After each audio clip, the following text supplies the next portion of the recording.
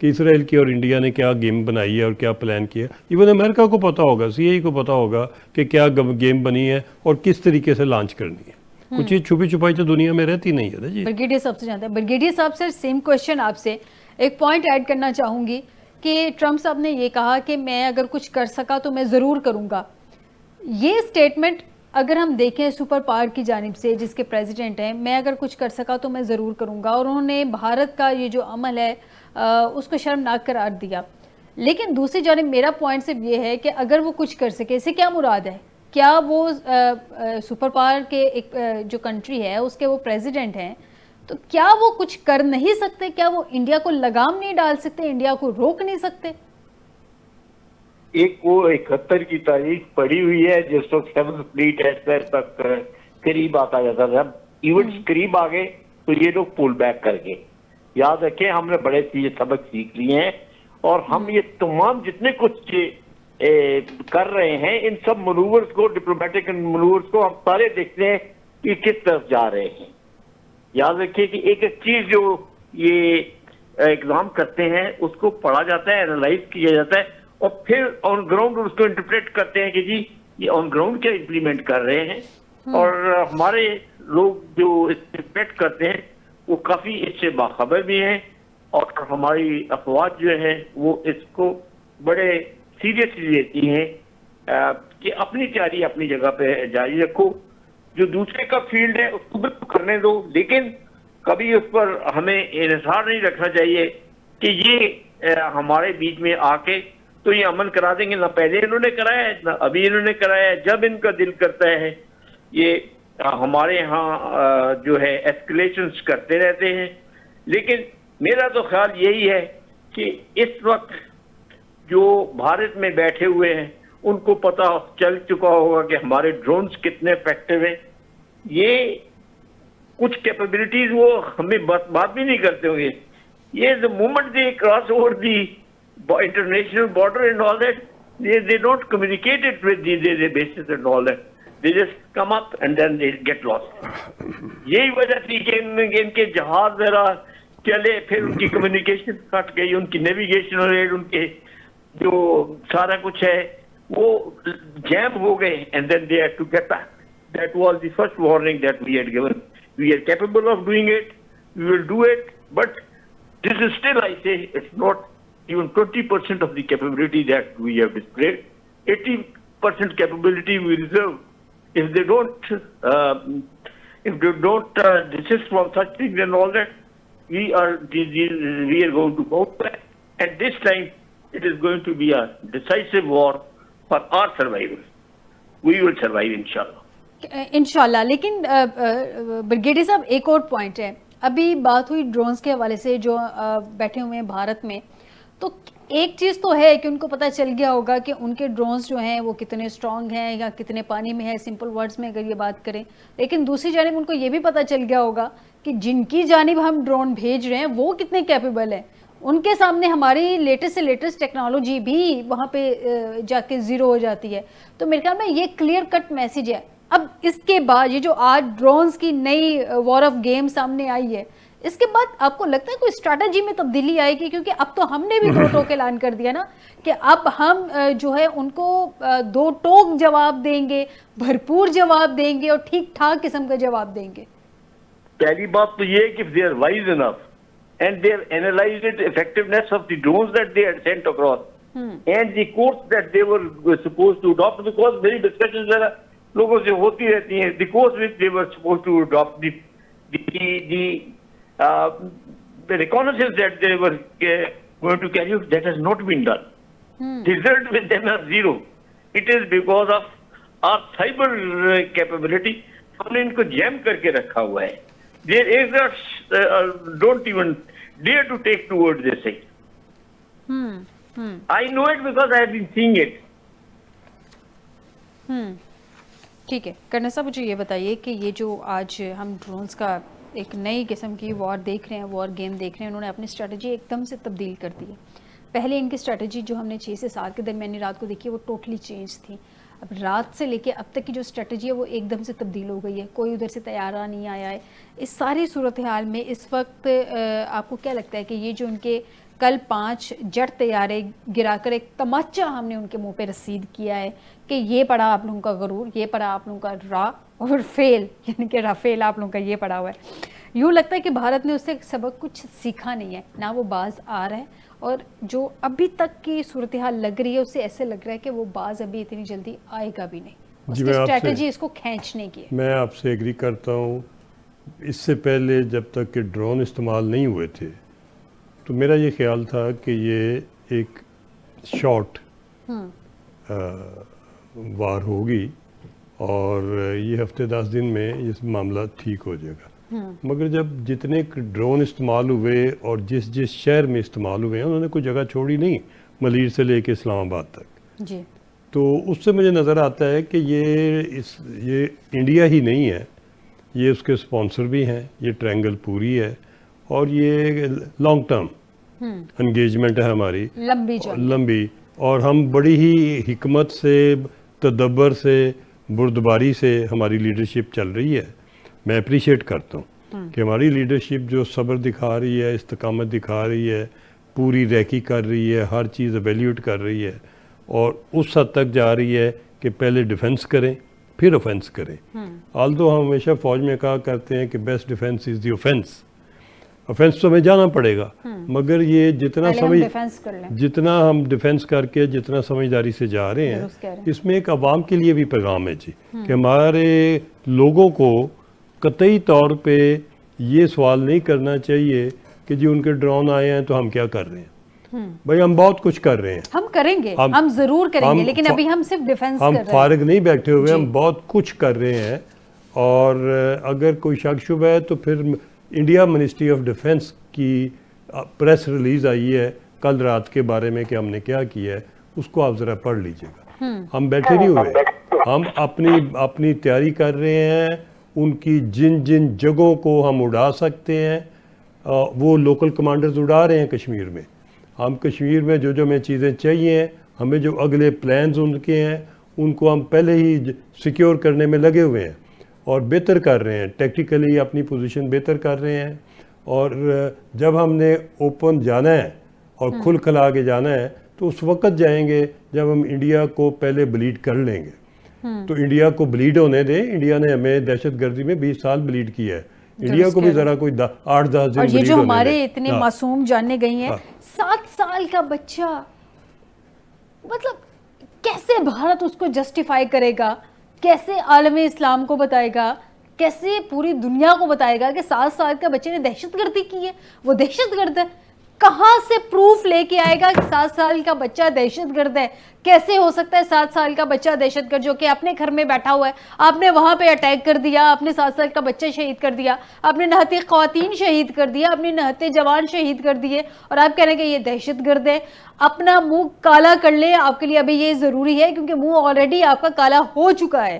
Brigadier صاحب، India کا جو نیشنل سیکیورٹی ایڈوائزر ہے اجیت ڈوول، دنیا کے مختلف کیپٹلز میں سر وہ کال کرتا رہا ہے کہ جی ہم نے ایسکیلیشن نہیں کرنی. ان کی حکومت نے بھی یہ دعویٰ کیا، کل وہ یہ کالز کرتا رہا ہے. ان کا جو فارن سیکرٹری ہے وکرم مشری، کہ جی اس نے بھی یہ اسٹیٹمنٹ دی کہ ہم نے ایسکیلیشن نہیں کرنی. لیکن آج صبح سے جو ڈرون ہم دیکھ رہے ہیں کہ پاکستان پہ جس طرح سے ڈرون سے اٹیک کیا جا رہا ہے، ڈرون بھیجے جا رہے ہیں، پاکستان ان کو مار گرا رہے ہیں، ان کے نہ صرف کولو فیل میں تضاد نظر آ رہا ہے بلکہ انہوں نے جو دنیا کے سامنے دعوے کیے تھے کہ ہم ایسکیلیشن نہیں چاہتے ہیں، ان کو انہوں نے خود ہی غلط ثابت کر دیا. بریگیڈیئر صاحب جی بالکل صحیح ہے. شروع سے ہی جب سے پاکستان اور ہندوستان کی چپکش چلتی آ رہی ہے، انہوں نے ہمیشہ اپنے آپ کو یہ بتایا کہ جی وہ بڑے پرامن ہیں اور بڑے اچھے طریقے سے رہتے، لیکن ہمیشہ شروعات بھی انہوں نے کی ہوئی ہیں اور ایسکلیشنز بھی انہوں نے کیے. چھوٹی آرمی ہونے کے باوجود ہم سے بہت زیادہ مار کھائی ہوئی ہے، لیکن بتاتے نہیں ہیں کسی کو بھی، اور اپنے آپ کو ابھی بھی بڑا ظاہر کرنے کی کوشش کرتے ہیں. یاد رکھیے پاکستان اندرونی طور پہ، پاکستان کے وزن پاکستان اور زیادہ مضبوط ہو چکا ہوا ہے، فوج کو اور زیادہ سپورٹ حاصل ہو چکی ہے.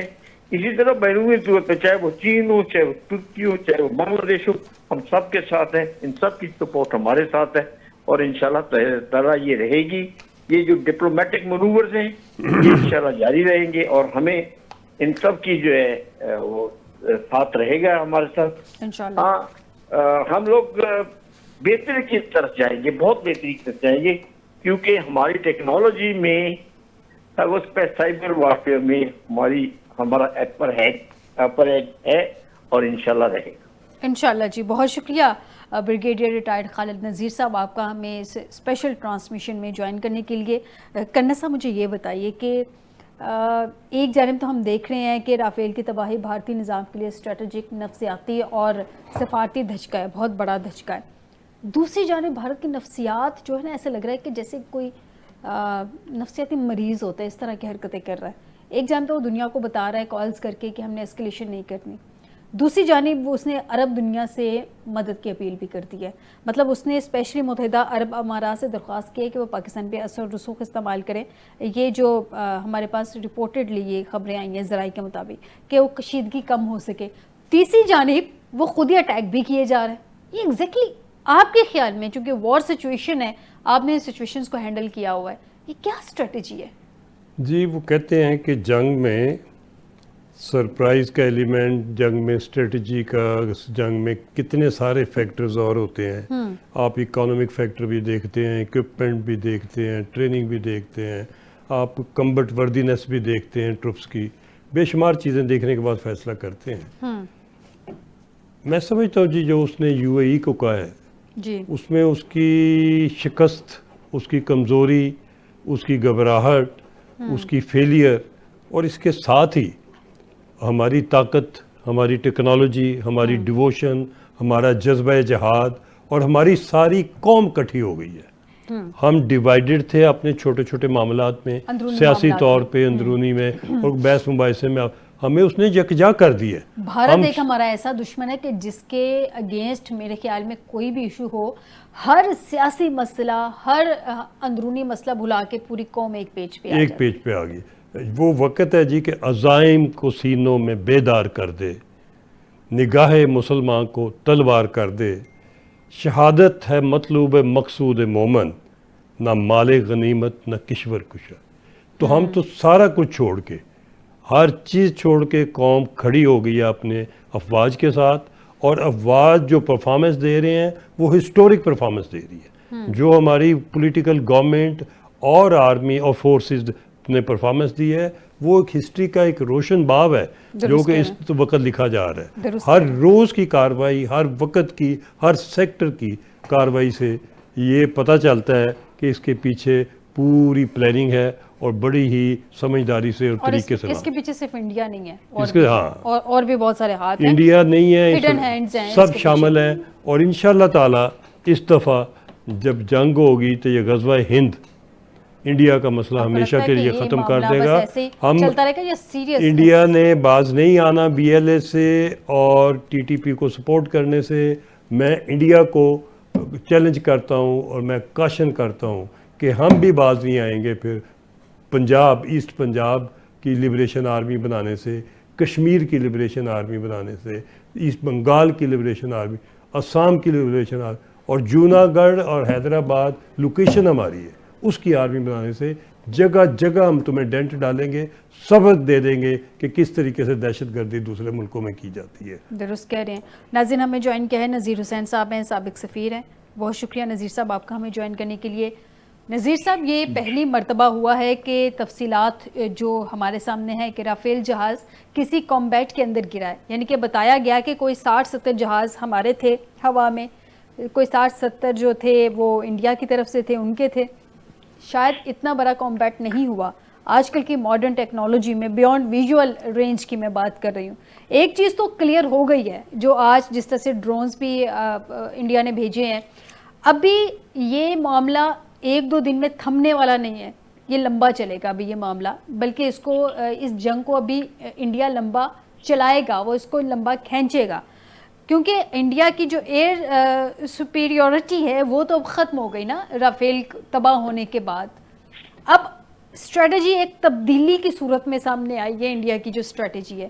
سر آپ کا سفارتی ایکسپیرینس رہا ہے, موجودہ آج کی سچویشن کو دیکھتے ہوئے آپ کیا سمجھتے ہیں, کیا کتنی لمبی کھینچ سکتا ہے انڈیا اس جنگ کو؟ جی بہت شکریہ. پہلے تو یہ سبجیکٹ ہے